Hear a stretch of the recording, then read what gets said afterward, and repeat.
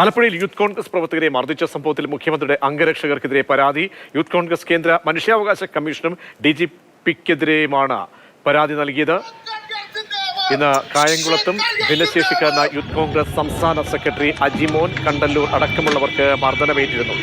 രഘുനാഥ് നാരായണുണ്ട്. രഘു, ഈ സംഭവത്തിന്റെ ദൃശ്യങ്ങളടക്കം സൂചിപ്പിച്ചുകൊണ്ടാണോ പരാതി നൽകിയിരിക്കുന്നത്? എന്തൊക്കെയാണ് വിവരങ്ങൾ?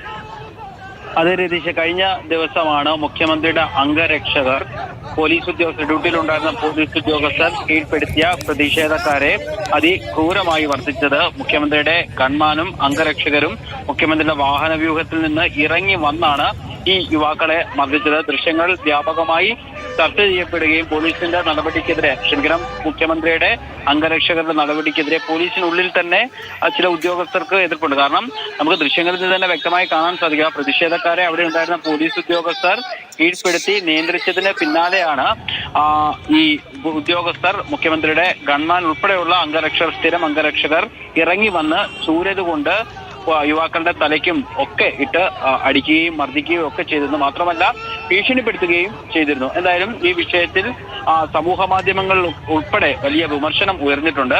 ഇതിന് പിന്നാലെയാണ് ആലപ്പുഴയിൽ നിന്നുള്ള യൂത്ത് കോൺഗ്രസ് പ്രവർത്തകർ കേന്ദ്ര മനുഷ്യാവകാശ കമ്മീഷനും സംസ്ഥാന DGPക്കും പരാതി നൽകിയിരിക്കുന്നത്.